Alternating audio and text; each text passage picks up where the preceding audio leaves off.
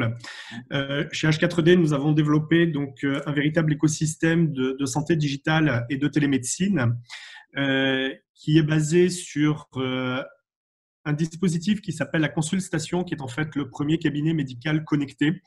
Et c'est aujourd'hui un des rares dispositifs dans le monde, peut-être un des seuls, à pouvoir permettre un véritable examen clinique du patient à distance, c'est-à-dire de pouvoir réaliser une vraie consultation médicale.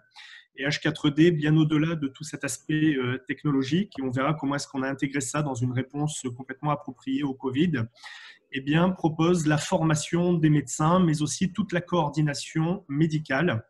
Et donc, on propose en fait des véritables consultations médicales, généralistes ou spécialistes, via ce dispositif. Peut-être la slide suivante, s'il vous plaît. Donc, dans la consultation, il y a une quinzaine d'instruments et de capteurs qui vont donc de la prise de tension artérielle, taux d'oxygénation du sang, pulsation cardiaque. Il y a aussi des instruments qui permettent de réaliser un examen clinique comme un stéthoscope, une caméra ORL, un dermatoscope, électrocardiogramme. On va quand même assez loin dans ce que l'on peut faire. Et tout ceci est certifié dispositif médical de classe 2.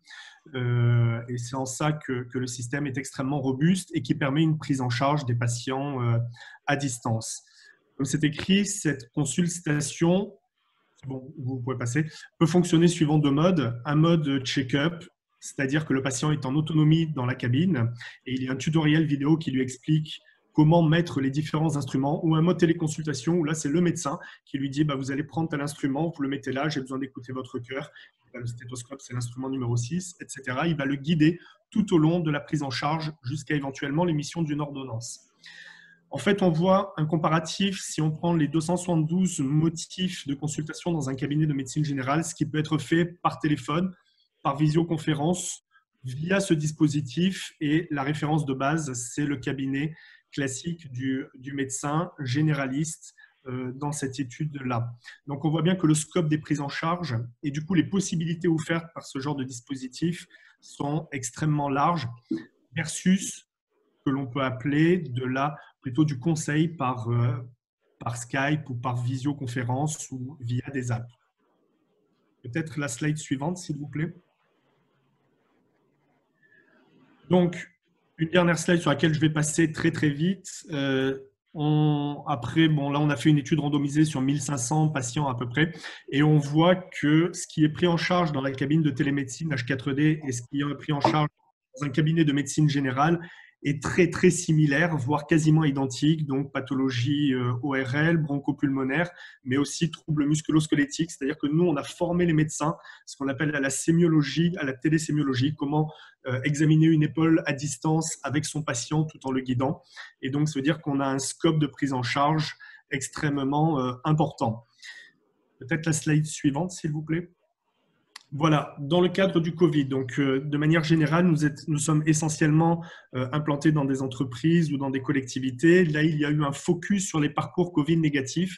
On en entend beaucoup parler en ce moment, où on a un déploiement vraiment important. J'ai donné quelques exemples dans des mairies, puisqu'on se rend compte que les patients ont peur de se rendre chez leur médecin généraliste, ou parfois le médecin est malade aussi et n'est plus disponible.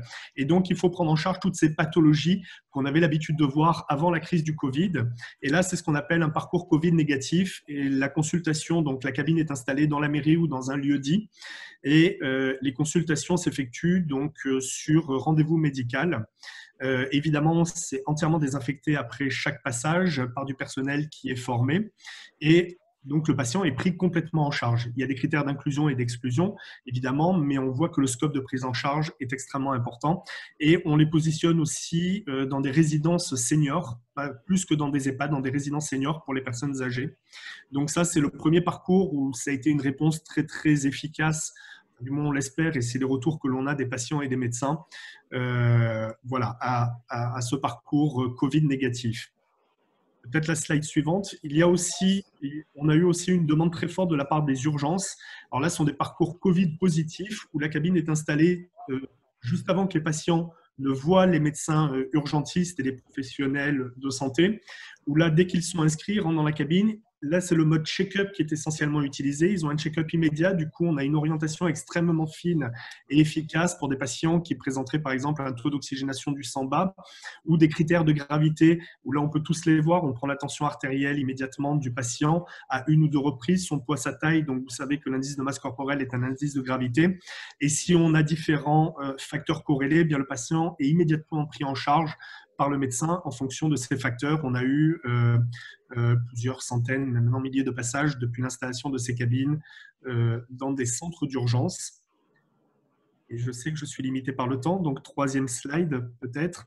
Et évidemment, on accompagne aussi les entreprises. Alors là, en épidémie de Covid, pour celles qui sont encore ouvertes, mais surtout la préparation en post-Covid, avec du suivi médical en entreprise. Évidemment, on travaille main dans la main avec les médecins du travail pour mettre en place des parcours spécifiques, soit Covid+, soit Covid-, avec une série de tests. Bon, aujourd'hui, on équipe un peu plus de la moitié des entreprises du CAC 40, mais on voit bien que même des entreprises de taille plus réduite aujourd'hui sont très intéressées par ce type de dispositif.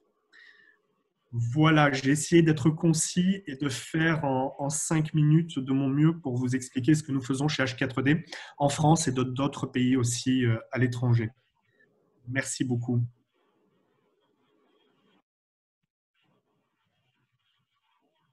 Oui.